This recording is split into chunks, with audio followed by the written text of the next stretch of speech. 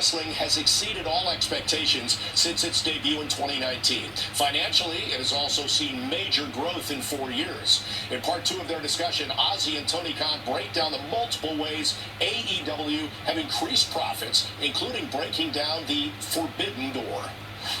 Tony, give me an idea of how big a business AEW is and what sort of the key sources of revenue are. Well, we've done over $100 million this year in gross revenue. And in that, I would say a large percentage of it is domestic TV rights from Warner Brothers Discovery. Also, a lot of revenue from live events. We do 52 weeks a year of live TV.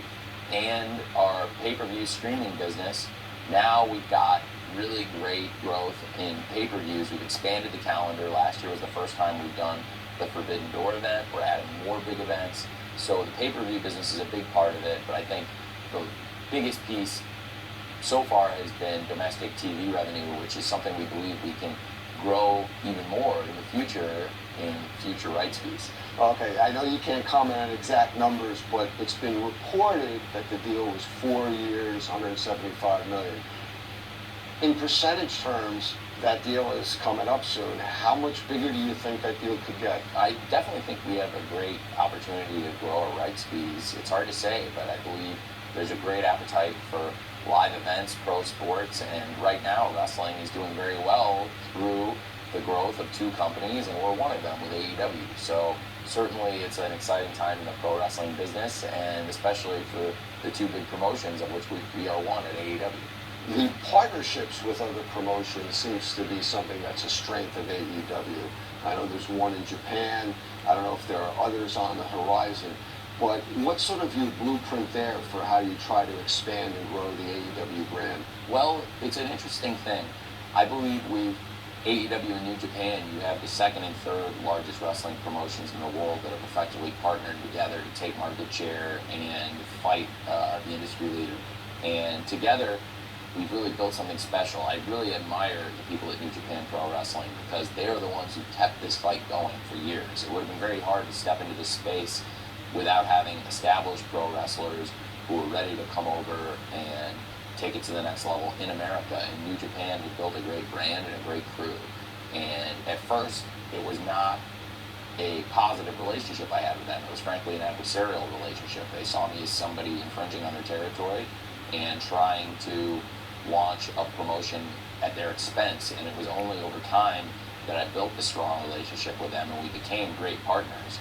And almost like two wrestlers who fought in the ring and then built an admiration and respect for each other. Now we have that great camaraderie with New Japan Pro Wrestling. And I think we built a lot of trust too. I work with them so frequently on so many projects.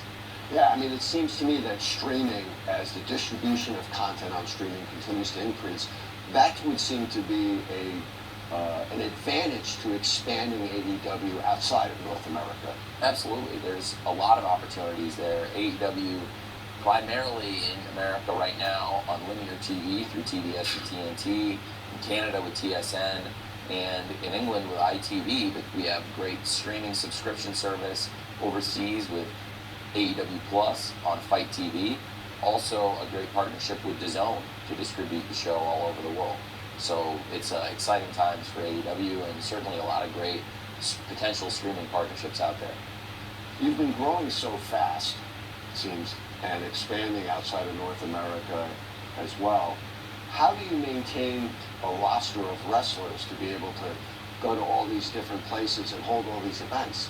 Well, we have a great group. We've built a great roster over time, and it's only gotten stronger. And now with the addition of AEW Collision, which has just debuted, we've had this great group of wrestlers, and I think we have the strongest roster in the world. So it allows us to be able to put on multiple shows every single week and create new events. And the AEW Live Events calendar is expanding every year, and now we're visiting new places, touring Canada for the first time, and putting on the biggest event in the history of the company, which happens to coincide with the first time we've ever done an event outside of North America. So it's very exciting.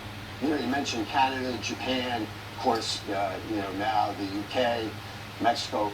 What are some other possible regions where AEW could expand? Well, Australia is a great new TV market for us. We've just gone to Australia and New Zealand and launched on ESPN there. And Australia has a great history of live event attendance for pro wrestling, so certainly that could someday be a great market for AEW to visit. There seems to be, especially as you continue to grow abroad, more opportunity in licensing and merchandising. Huge opportunities. We have a multi-million-dollar toy business. Our action figure lines have continued to expand. We've built on them year over year, and it's amazing how much growth there's been there. And now we've built a trading card division with Upper Deck that's gone really well. So a lot of exciting licensees and partnerships, and that's another area where we've grown the business. But certainly the core wrestling product, as far as the TV rights fees, the pay-per-view, and the live event ticketing is the primary source. Now, you're involved in every aspect of this. You know, you're the owner of AEW, you know, you're a producer, you're like a general manager, you know, you're writing scripts. When you're doing all these things, is there one common theme that you're tying together that you're saying this is what has to make AEW succeed and be unique? Well, I think the most important thing for a wrestling company is our fans. So putting on a show that makes our fans happy and listening to our fans.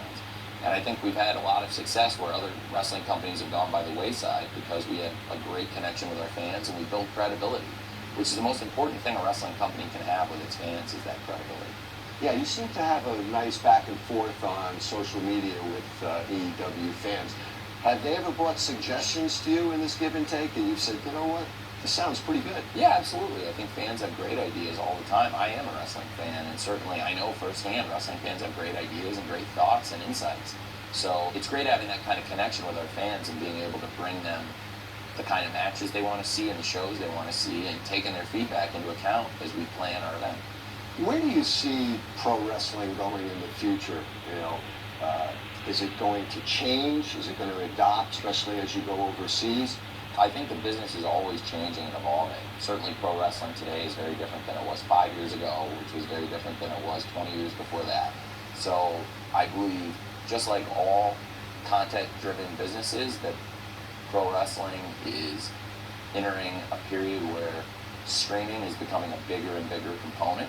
Just like anybody producing content, streaming is becoming a bigger and bigger component of what you do regularly. Certainly, we still have a huge presence on linear TV, cable, and satellite. So, like a lot of content creators and TV channels, we're seeing more and more presence on streaming, but still trying to focus on what we do on TBS and TNT every week. Well, Ozzy, let's talk about the